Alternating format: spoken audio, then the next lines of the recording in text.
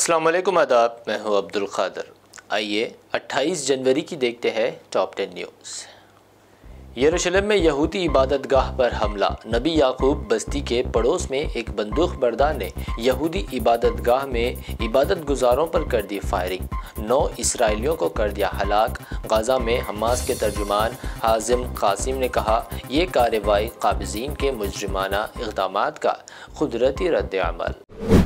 मकबूजा बैतुल मुक़द्दस में इसराइलियों की हलाकत और क़ब्ल जनीन में इसराइली फ़ौज की वहशियाना कार्रवाई में फ़लस्तीनी शहरियों की शहादत के वाक़े के बाद सलामती कौंसिल का हंगामी इजलास किया गया तलब। फ़लस्तीनियों और इसराइली फ़ौज के दरमियान झड़पों की ताज़ा सूरत हाल पर गौर करना इजलास का मकसद। गुज़िश्ता साल चीन में कोविड पाबंदियों के खिलाफ हुकूमत मुखालिफ मुजाहरों में हिस्सा लेने वाले दर्जनों अफराद अब भी लापता। ह्यूमन राइट्स वॉच ने किया दावा। बीजिंग पर दिया जोर। वाइट पेपर्स प्रोटेस्टर्स के मुजाहरों में गिरफ्तार किए गए तमाम अफराद को फौरी तौर पर करे रिहा। अमेरिकी कंपनी हिंडनबर्ग रिसर्च की जानिब से कॉरपोरेट तारीख के सबसे बड़े धोखे के इल्ज़ाम के बाद इंडियन अरबपति गौतम अडानी की दौलत में 2 दिन में हुआ $20 अरब से ज़ायद का सफाया। इन इल्ज़ामात के नतीजे गौतम अडानी नीचे गिरकर दुनिया के 7वें अमीर शख्स के दर्जे पर पहुंच चुके। अडानी ग्रुप पर हिंडनबर्ग की रिपोर्ट से मुतालिक कांग्रेस के सीनियर लीडर जयराम रमेश ने जाहिर किया अपना रद्द-ए-अमल। कहा, अडानी हिंडनबर्ग मामले में तहक़ीक़ात की ज़रूरत। कहा, इन इल्ज़ामात की जांच की ज़रूरत जो भारतीय मालियाती सिस्टम के इस्तेहकाम के लिए ज़िम्मेदार।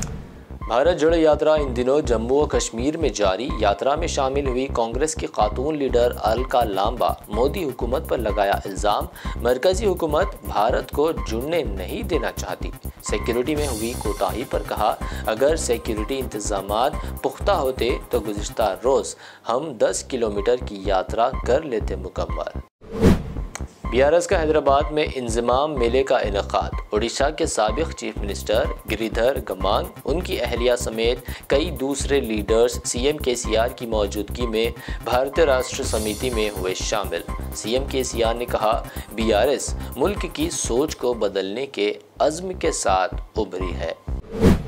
BRS की MLC के कविता भारत स्काउट्स एंड गाइड की नेशनल कमिश्नर मुंतखब। भारत की कौमी स्काउटिंग और guiding association Bharat scouts and guides के डायरेक्टर ने सरकारी तौर पर इसका किया ऐलान। कविता ने उन्हें नेशनल कमिश्नर मुंतखब करने पर मसरत का किया इजहार।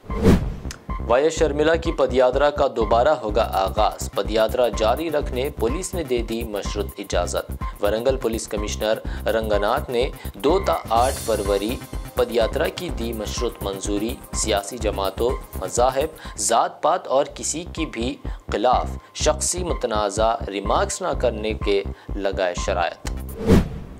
नौजवानों की आवाज़ युवा गलम के उन्वान से चंद्रबाबू नायडू के फर्जंद नारा लोकेश की 4000 किलोमीटर तवील पदयात्रा का आंध्रा में आगाज़। जगन हुकूमत पर की तनकीद। कहा, जगन हुकूमत अवामी मसाइल की यकसुई में हो चुकी नाकाम।